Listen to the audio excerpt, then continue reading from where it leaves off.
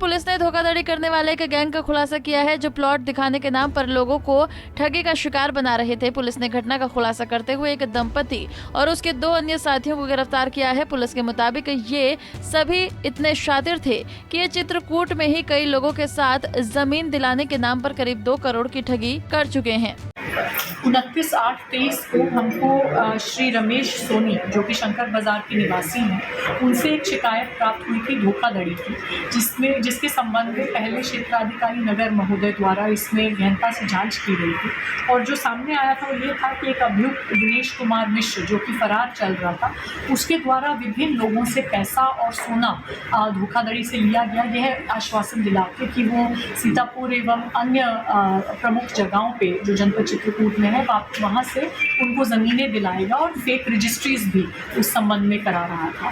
तो ये जांच प्राप्त होने पर इसमें मुकदमा पंजीकृत कर लिया गया था धारा 420 और 406 में, और तभी से हम अब इस अभियुक्त की तलाश में लगे थे। और ये उल्लेखनीय है कि इसके द्वारा अन्य जनपदों में भी बड़े बड़े फ्रॉड किए गए हैं, मुख्य रूप से जनपद मथुरा में, सीतापुर में, उज्जैन में, नासिक में।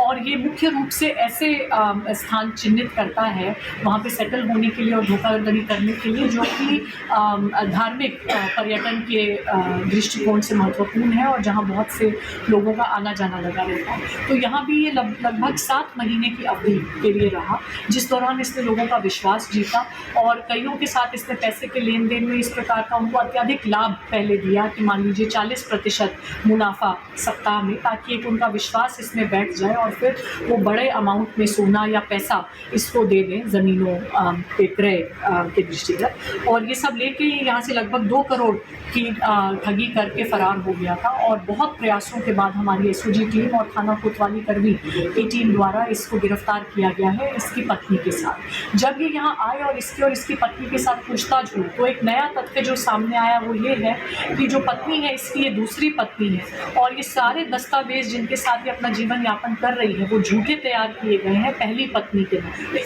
तो पुलिस द्वारा पहली पत्नी को भी गाँव जाके तस्दीक किया गया, उसके सब ओरिजिनल डॉक्यूमेंट्स देखे गए और फिर ये जो कुचरित रूप से दस्तावेज तैयार किए गए थे दूसरी पत्नी के लिए, इनके संबंध में धाराओं की बढ़ोतरी की गई 467, 68, 71 की। इसी क्रम में ये भी पाया गया कि कुछ सोनार ऐसे हैं स्थानीय रूप से जो कि चोरी का सोना इसके द्वारा जो बेचा गया था, जिसके संबंध में कोई भी दस्तावेज उपलब्ध नहीं थे और बार बार पिघला के बेच रहा था, जिससे कि पूर्ण रूप से सोनार को संदिग्ध हो जाना चाहिए था।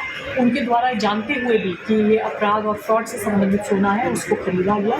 तो इस क्रम में भी 2 लोगों की गिरफ्तारी की गई है जो कि यहाँ के स्थानीय लोग। पकड़े गए आरोपियों के कब्जे से 222 ग्राम सोना, 6 जोड़ी पायल, 34 पीस बिछिया, कई बैंकों के पास बुक, चेक बुक और फर्जी आधार कार्ड बरामद किए गए हैं। आपको बता दें कि धोखाधड़ी करने वाले मुख्य आरोपी दिनेश मिश्रा के खिलाफ इससे पहले भी यूपी, महाराष्ट्र और मध्य प्रदेश में धोखाधड़ी और जालसाजी के कई मुकदमे दर्ज हैं जिनकी जांच चल रही है। पंजाब केसरी टीवी के लिए वीरेंद्र शुक्ला की रिपोर्ट।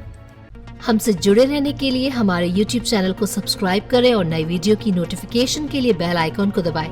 अगर आप ये वीडियो Facebook पर देख रहे हैं तो लाइक जरूर करें और ज्यादा से ज्यादा शेयर करें। धन्यवाद।